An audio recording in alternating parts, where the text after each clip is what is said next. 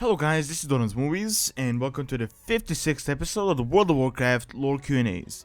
Now, in this video, pretty much as in every video, I'll be answering some of the questions that you guys have left in the previous video, and also that you have left on Facebook and Twitter, although this video is mostly about the YouTube comment section. So if you want to leave your questions, it's pretty much as it always was, just leave them in the YouTube comment section below, or on Facebook and Twitter. Although YouTube comment section is honestly the best way to leave them because I can just go by video and just see which questions are for which video. So without further ado, actually I still got another thing to say because I always have something to say before I actually get into the questions. So pretty much I've actually planned, I don't know if you guys are following me on Facebook and Twitter, but I actually said I'm gonna do the Warlock RP video. It was supposed to be out today, but it turns out I got a new CPU because I wanted to actually get streaming again. And yeah, I got a new CPU and it didn't really work out because my RAM slot died for some reason, so I'm only like 4 gigabytes of RAM. So yeah, it's been really going really badly. I got like blue screens of that the entire day, pretty much for like 2 days, so I couldn't work on anything, and that's why I'm getting this Q&A out. Like, this Q&A was supposed to be released in like 5-6 days, but I'm getting it out right now because I really want to get a video on the channel. And the Warlock RP guide should be out in like a few days. I got a lot of the clans for tomorrow or the day after. So yeah, I'll see about it. I'm sorry for the latency and everything on that. And I'm getting this Q&A at least, so it should be a bit longer. So let's not waste any more time like I always do, and let's just get into the questions. So the first question is by Sade Games, and he asks, who do you think are the top 5 most powerful mortals on Azeroth, excluding dragons? Or easier version, who do you think is the most powerful mortal on Azeroth? So you didn't really specify whether you were talking about the alive or the dead mortals or like the active and inactive ones. I'll try to give you a few at the top of my head, like a few more powerful mortals, or like the top 5. So sorry if I forget some super important ones, since this is sort of a top 5. I mean, if this was like a top 5 video, I would like read up a lot on the characters, like read on the list of the characters so I don't forget anyone, but like, this is just a casual thing for the Q&A, so I'll just give you a few that I can think of. So definitely I would say Aegwynn, Broxigar, Medivh, and of the current ones, probably the Lich King. We're not certain how powerful Bolvar is, but Arthas is pretty powerful. Then you have Malfurion, if he's even considered immortal now, because he's probably immortal. And I'd also add Tyrion with the Ashbringer, Khadgar, Troll, maybe now is a Shaman, and a few other characters, but that is like the list I can think of right now. Of course, there's like a million more characters in the entire universe, and a lot of times I actually forget some characters. I know, like, when I'm talking about something, I forget like some character that I've read like the entire book about, and I know a lot of their lore, but there's just so many things in the Warcraft universe. I think like World of Warcraft is like the biggest, like the game with the biggest story, and like the entire biggest story in all of the game, like across all the games, because I know that WoW wiki page has like the most pages. So yeah, WoW has a pretty vast universe, so I'm sorry if I forget something. Alright, next question is by Vlache or Vlache, and he asks, will we ever see the Dwarven themed expansion with a lot of the flesh curse that happened to Earthen and Trogs and the Metagnomes? We could get the Metagnomes and Earthen for subraces for Gnomes and Dwarves, and we could get the Trogs and the Vrykul for the Horde. We could get something with Bolvar and some new threat comes to Northrend. We could have Ulduar like capital for Alliance, since we have taken over Ulduar. We would find some Metagnomes and Earthens left there. And for the Horde, Utgard Keep would be their new capital in Northrend. Vrykul could join the Horde, and that's why the Horde could get Utgard Keep. For Trogs, they kinda hit riot on Earthen and the Metagnomes, so they were banished from Ulduar and they could join the Horde. Second, will we ever see Demon Hunters, and Illidan could be their trainer? And 3, what is your race that you want to be added to WoW, that not by chances, just your opinion? So you have 3 questions there. I'll just quickly answer the last 2, then give you a bit more of a detailed analysis on the first one.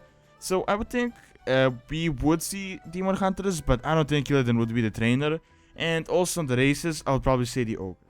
So on the first one, I do kinda see it happening. I mean, I don't see it happening anytime soon, but I can see it being possible. But more of like a time traveling expansion to when it actually happened, like thousands of years ago. Since I don't really see the Curse of Flesh and the Earthen and all of that stuff happening right now or in the near future, because 2 time traveling expansions would kinda suck. But to be honest, I would really like to have a Titan based expansion, since I really like Ulduar and the entire Titan lore and all of that. So I would definitely be interested in learning more about these mysterious Titans and their creations, because they're so important in the Warcraft universe. Like the entire lore, they're pretty much the core of the lore, and we don't even know anything about them. I mean, we do, but there's so little detail. So I would definitely love to learn more about their lore through the expansion. Now on the northern part, like Uldar being Alliance capital and Utgard being Horde capital, I believe you said that, I don't really see that happening. I mean, I don't really see them introducing that old content. I know you could say the same thing happened with the Burning Crusade, Warlords of Draenor, because Outland is pretty much Draenor, but from that perspective, Outland is a completely different world. It's pretty much Draenor. Like, if someone took Draenor, just shattered it into like a million pieces, mixed it up together and just threw it somewhere, and it kinda like bind it together. So yeah, it's a completely different world, completely different like quests and everything. Pretty much everything looks different, so that kinda makes sense. But when you look at Northrend, nothing really happened. I mean, that would make the expansion any different from Wrath of the Lich King. And even if you were to like travel 10,000 years ago, there wasn't really that much of a difference. I mean, obviously it wasn't the same as it is today, but it's not like something crazy happened on Northrend. I mean, there were definitely wars within the Rubians and all of that, but not many actually like people live there, and only recently we got to Northrend, so it won't be much of a difference. And if they reintroduce Northrend, it will be a bit boring since we already had a Northrend expansion. Also on the Vrykul, I don't see them joining any side, especially not the Horde. But if they were to join a side, I would probably say the Alliance, because they might feel sorry for their descendants, the humans, and they might side up with them. But that's just like a speculation, like a possible maybe scenario that would never like happen. I don't really see Vrykul being reintroduced again. And even Northrend, even though like I would definitely like to see Northrend, as Northrend is like my favorite continent and Wrath of the Lich King is like my favorite expansion. Alright, next question is by Primarch Alfarius, or is it Primarch Alfarius? And he says, what happened to Arthas' corpse? So I don't really think it was specified like exactly, but I might be wrong, although I know that I personally have never read anything about it, like an official statement from Blizzard, and I've only heard of like fan theories. But I have a few theories that mostly involve just getting rid of the body, and I see it in like two ways. Either the Argent Crusade took him and burned him somewhere in the Plaguelands, or maybe burned him in case of a necromancer in the future that might want to like resurrect him. Or he might have been also taken by the Alliance. I know some people would say, why the Alliance, why not the Horde? But the Horde doesn't really care about Arthas. I mean, they only joined yes, they definitely fought Arthas, but they only joined the fight because they were under a threat, and Arthas didn't really damage the Horde that much as they did the Alliance, because he pretty much destroyed the entire Lordaeron, and a lot of the Alliance was affected by it, so they definitely wanted vengeance against him. But he might even bury it somewhere in Stormwind, just because they can control whatever happens to his body if it is possibly there. But all of my theories pretty much go to either his body being buried where it can be controlled, or being destroyed to avoid future necromancy. And the last question is by Yuki and Chris, and he asks, how is it that the Night Elves can create moonwells outside of Azeroth? They have done that 2 times, on the Firelands and on Draenor. I thought the Loon's powers only reach Azeroth. Second, do you think Death Knights are reverting to their former selves? Since Delvar, Iron Fist, Abugar, and even the Lord of the Ebonblade, Darion Mogren himself are showing the wider range of emotions like joy, sadness, pain, and all of that, instead of just anger and anguish.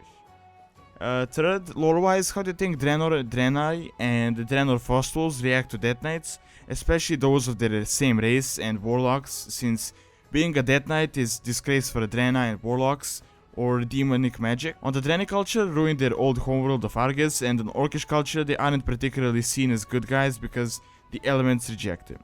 And fourth, what do you think will happen to Draenor after we deal with the Iron Horde and the Past Legion?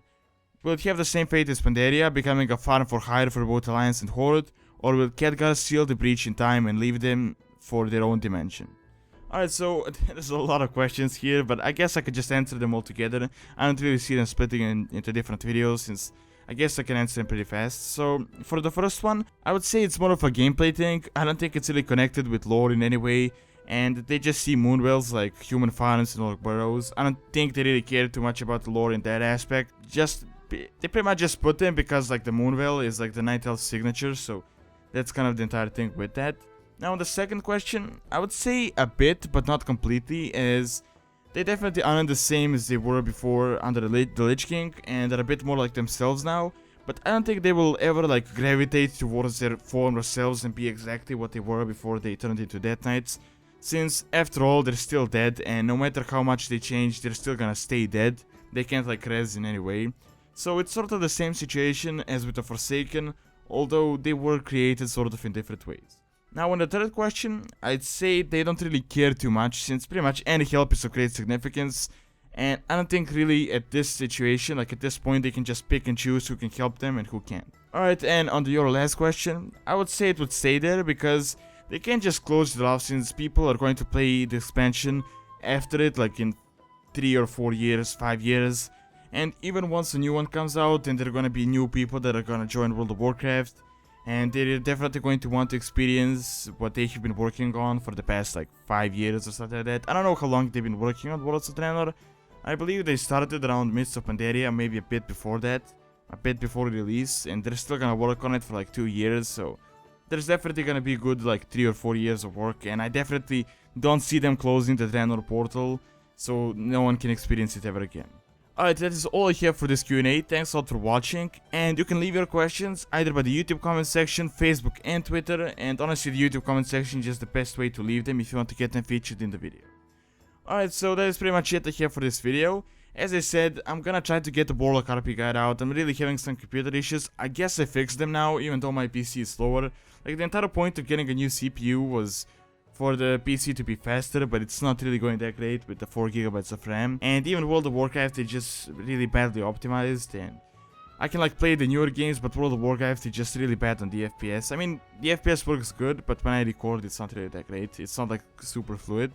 So I'll try to get the Warlock RP video out. Also, I'll try to get the Lord of the Clans out in like the next few days, and I'll try to finish it in like a few weeks. And that's pretty much it. If you enjoyed this video, feel free to like, favorite and subscribe, as it really helps out the channel and keeps all these videos going.